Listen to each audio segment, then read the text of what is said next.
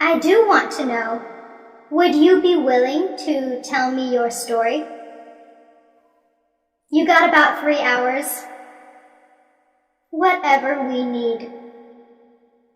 Well then, go ahead and sit down. Thanks.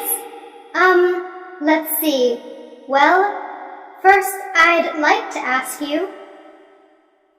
No questions, just listen. You think I grew up poor, don't you? That I don't have an education. But you're dead wrong. I have a college degree. I worked for a big company. My parents would turn over in their graves if they could see me now. But how? I said no questions, just sit and listen.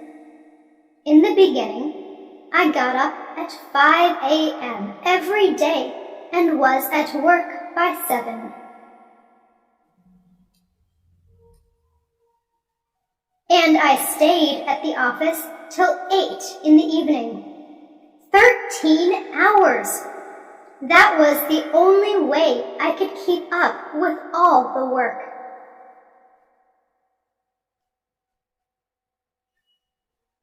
It just never let up. I never saw my family very much because when I got home, I usually went straight to bed. Well, I guess I was doing a pretty good job because I kept moving up the ladder.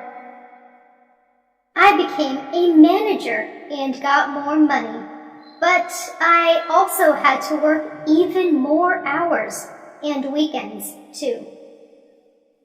You can imagine that my wife never stopped complaining. She told me I was getting burned out and had no time for a life. That must have been really hard to hear. Yeah, my marriage was at stake, so I went to my boss and asked for a vacation. He told me to wait 3 more months. He needed me there, so nothing changed. Day in and day out, I worked and worked. Eventually, my wife left. And guess what? The company closed down a year later. The economy was bad, and I couldn't find another job. Over time, I lost everything. Hey, how many hours do you work a day? Too many, I'm sure. I just hope you know what you're doing. Things could change for you, you know. You could start over. After all, you're educated. That's wishful thinking, young man. Winning the lottery. What's gotten into Michael? What's he doing? I haven't the slightest idea. Look, he's coming over to us. And these are for you. What's the occasion? You haven't heard? I won the lottery yesterday. $10 million. $10 million? Come on. That's unheard of. Are you sure? Beyond the shadow of a doubt. 6, 12, 22, 24, and 28. I got every number, and it was the first time I ever bought a lottery ticket. Beginner's luck, I guess. How do you feel? I'm in shock, to say the least. This is really all beyond my comprehension. It hasn't sunk in yet. Maybe it never will. Well, I've got to hand it to you. Sure look calm. If I were in your shoes, I don't think I'd be able to stand still, let alone buy presents for people and have conversations with them. I'm not so calm. I really have no idea what's in store for me. You know, right now, my whole life's up in the air. I'm worried about making the most of this. I don't want all that money to go down the drain. I'm going to need some time to think. Are you going to quit your job? I can't say yet, but I won't rule it out. Well, you are right not to make any quick decisions. And, you know, you should be on the lookout for people who want to take advantage of you. I know. I plan to be very, very careful. Well, no matter what you do, with $10 million, you've got it made. Stuck in the elevator. Oh no, this can't be happening. Well, that certainly happened out of the blue. I wonder what's going on. I'm going to ring the alarm. This is the last straw. I told them weeks ago to check this elevator. I would have been better off taking the stairs. Do you mean this has happened before? It sure has. It was a few weeks ago, but I wasn't in the elevator. Oh, if I'm cooped up in here really long, I don't know what I'm going to do. I'm already at the end of my rope. Well, for crying out loud, young man, don't lose your head. Just calm down, and I'm sure they'll get this thing started again as soon as they can. You know, I knocked myself out to be on time for my meeting, and now look. Complaining isn't going to help. We'll just have to make do here and be thankful that we have some light and some company. Actually, you're right. I'm glad I'm not alone in here, or I'd be climbing the walls. So, you see, it could be a lot worse. Just please do me a favor and keep a level head. Let's just sit tight and wait for help. How can you be so calm? It sounds like you've been stuck in elevators before. Well, the truth is, this is my first time.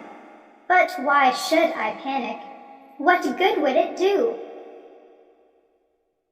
I don't want to dwell on things that scare me. I'd rather pass the time in here pleasantly. How would that ever be possible? We could tell each other our life stories. Who knows? We might even come through this as friends. Huh? We can help each other out by doing something that'll distract us. Why don't you just sit down and tell me about yourself? Violence in the media. So, what do you think? Well, it's nothing to write home about. You must be kidding. Why do you say that? I think it's the best movie I've seen in years.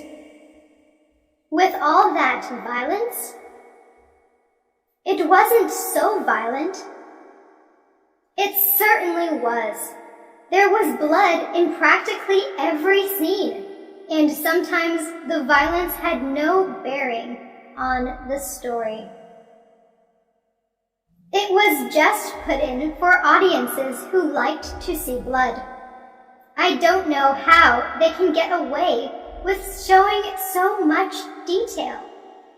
Well, from my standpoint, there was a real anti-violence message in the movie. They showed how all that violence ended in tragedy.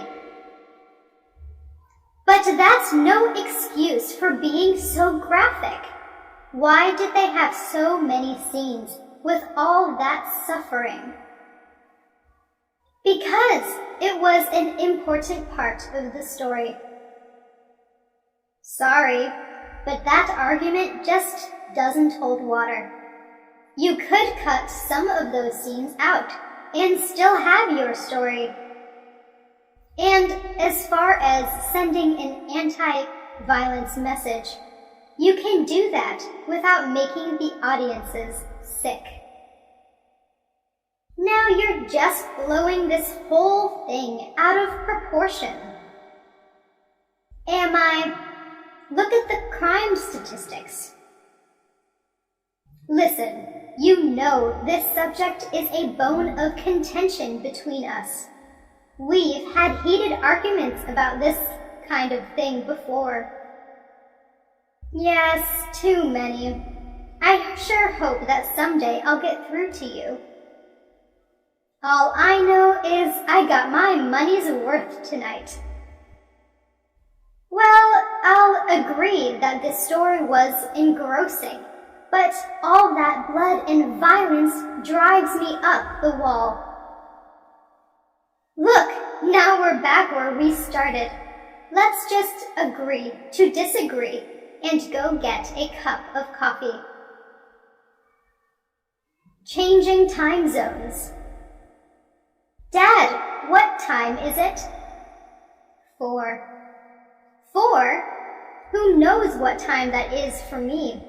Boy, I have terrible jet lag. I can't keep my eyes open. Well, I'm not going to let you sleep in the middle of the afternoon. Let's take a walk, and you can tell me about your trip. I'm sorry, Daddy, but I'm too wiped out. I think I'll stretch out and take a little nap. No naps. You know if you go to sleep now, you're going to wake up in the middle of the night. Come on, let's take a little walk around the block. Maybe you'll get a second wind. I sure hope so. I missed you and Mom a lot. A year is a long time. We missed you too, honey. But we know that studying in another country was good for you. Well, I sure had my ups and downs. Sometimes I even thought about coming home early. But I was determined to stick it out. And I'm glad you did. But you didn't tell us you were having problems. What was so hard for you over there? Oh, I don't think I can scratch the surface.